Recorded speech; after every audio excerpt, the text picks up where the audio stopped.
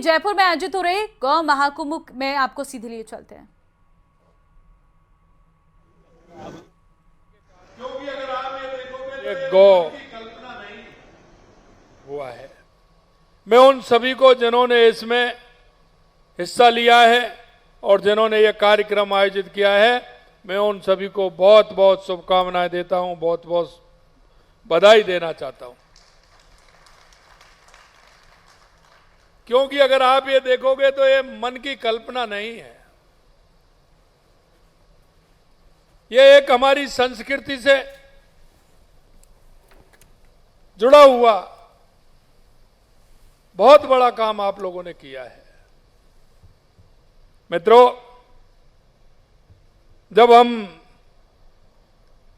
गांव में सुबह जगते हैं और पहली जब सूरज की किरण निकलती है और हमारी आंखें खुलती हैं, तो हमारे गांव में जो आवाज हमें गौ माता की सुनाई देती है वो हमारे कानों में जाती है और वो हमारी हमेशा शुभकामनाएं, उनके मुंह से निकला हुआ एक रवाने का जो शब्द है वो हमारे जीवन को आगे बढ़ाने का काम करता है।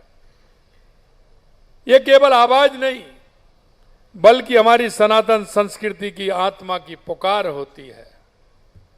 और आप देखते हैं गांव में जब पहले शादी होती थी, पंडित जी के पास जाते थे तो अगर सबसे शुभ मुहूर्त माना जाता है तो वो गोधूली का माना जाता है। और वो ये कहते हैं कि मेरी शादी हो रही है, मेरे बच्चे की शादी हो रही है, बेटी की शादी हो रही है, ये तो मुझे नहीं पता, फोटो डाल दिया ना। तो इसका जो मुहूर्त है एक्सीडेंट हो गया था अभी, वो गोधूली का होना चाहिए। अब आप ये देख सकते हैं कितना शुभ, मतलब सोचो ना, जो वो गोधूली का समय होता है कितना शुभ माना जाता है। और हर व्यक्ति माता पिता की इच्छा होती है कि मेरी बेटी या मेरे बेटे की शादी गोधूली के नक्षत्र में हो, जिससे मेरे बच्चों का और बेटों का परिवार सुखी रहे और समृद्ध बने। ये हमारा समृद्धि का कहानी भी है। मैं आपसे कहना चाहता हूं कि हम एकत्रित हुए हैं दिव्य माता की महिमा और गुणगान के लिए। हमारे लिए गाय का दूध दूध नहीं, एक औषधि भी है और हमारे जीवन को उद्धार करने वाला भी है। और इसलिए मैं आपसे कहना चाहता हूं, गौ माता के बारे में सुनना अधिकतर पसंद करते हैं। अगर जब हम कहते हैं तो वो भावना भी उनकी निकल करके आती हैं, लेकिन जिस तरह की भावनाएं हैं हम उसको साकार रूप नहीं दे पाते हैं। मैं आपसे इतना ही निवेदन करना चाहता हूं कि गौ माता के लिए आप सभी को आगे आना होगा, क्योंकि ये हमारे जीवन में उन्नति लाती है। ये हमारे जीवन में हमारे कष्टों को बिल्कुल समाप्त कर देती है। गौ माता, आप बिल्कुल देख लीजिए, सुबह अगर कहीं आप निकलते हैं तो वो जब तक आप घर से निकलते हैं तो गौ माता आपकी तरफ यूं अपनी गर्दन को मोड़ते हुए ठेठ दरवाजे तक देखती है कि मेरा ये भाई जा रहा है। और जब अगर आपकी आवाज घर से बाहर आप आते हैं, अगर आपकी आवाज सुन लेती है, अगर वहां आप जाते हैं तो आपकी तरफ ही देखती है और आपकी तरफ वो ये कहती है कि ये मेरा भाई गया और बहुत ही आ गया, और ये बहुत उसको प्रसन्नता होती है। आप उसको ये नहीं कह सकते। गाय के माता के जो अंदर का भाव है वो हमारी माता से कम नहीं है। गौ माता का भाव माता से भी बढ़कर है, ये हमें ध्यान रखना चाहिए। मैं इतना कहना चाहता हूं कि देवरा बाबा गौ सेवा परिवार के इस आयोजन का बीड़ा जो उठाया है उन्हें मैं धन्यवाद देता हूं। जहां गौ की पूजा होती है वहां समृद्धि भी होती है और संस्कार दोनों वहां वास करते हैं। भाइयों बहनों, मैं गर्व से कहना चाहता हूं कि राजस्थान के अंदर हमारी सरकार ने गौ माता और किसानों के कल्याण के लिए अभूतपूर्व कदम उठाए हैं और मेरे जीवन में गाय माता का बहुत बड़ा महत्व है। मैं जब भी गांव में रहता था तो गाय रहती थी। मैं आया लेकिन मेरे लिए रहने के लिए जगह कम थी, लेकिन जब मैं भरतपुर आया तो मैंने पहले मेरी गाय का रहने के लिए पहले मैंने उसका स्थान बनाया, उसके बाद में आया। हमेशा मैंने गाय रखी है और अब भी मैं जिस दिन मैं मुख्यमंत्री बना और मेरे मुख्यमंत्री आवास में पहले मेरी गाय पहुंच गई, उसके बाद मेरा गृह प्रवेश हुआ। गाय के दर्शन मात्र से ही मन में प्रसन्नता हो जाती है।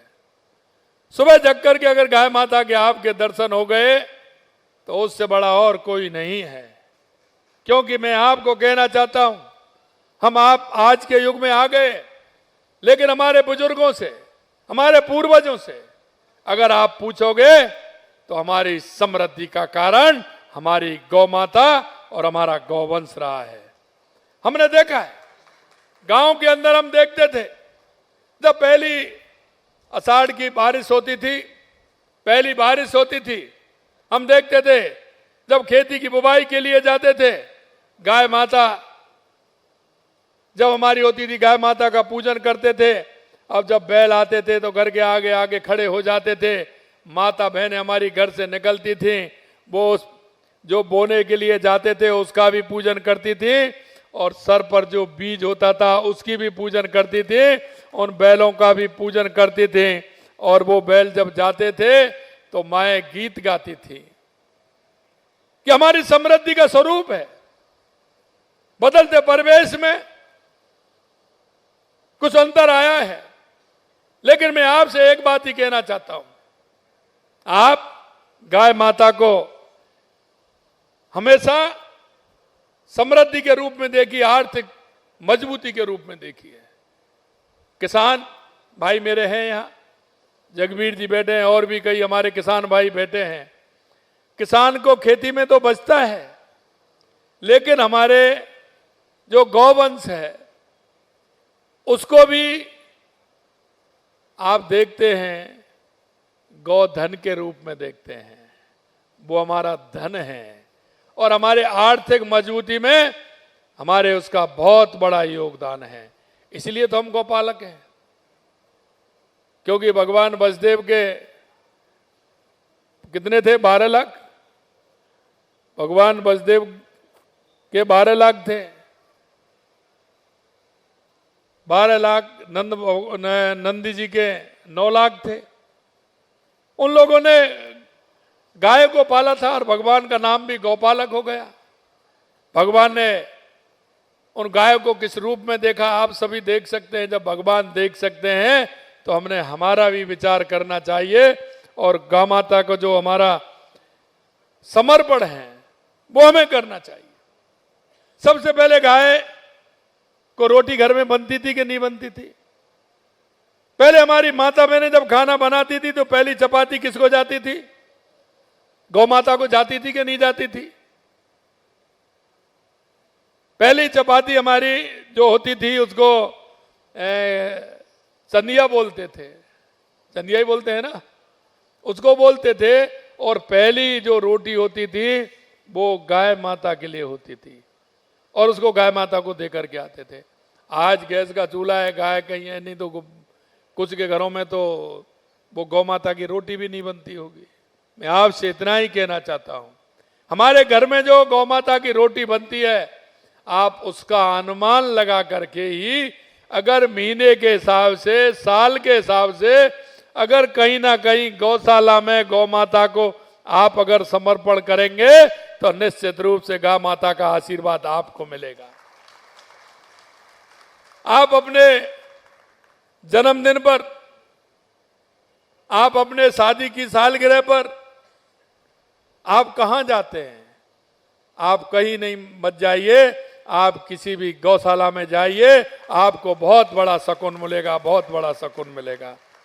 इसलिए मैं कहना चाहता हूं मेरे भाई और बहनों, जब से हमारी सरकार आई है हमने गौशाला के लिए बहुत काम किए हैं।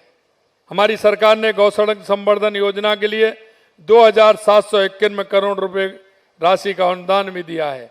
और अभी हमने गाय गौशाला हमारी समृद्ध बने 100 गौशालाओं में गौकास्ट मशीनें विशेष रियायती दर पर उन्हें भी देने का काम किया है।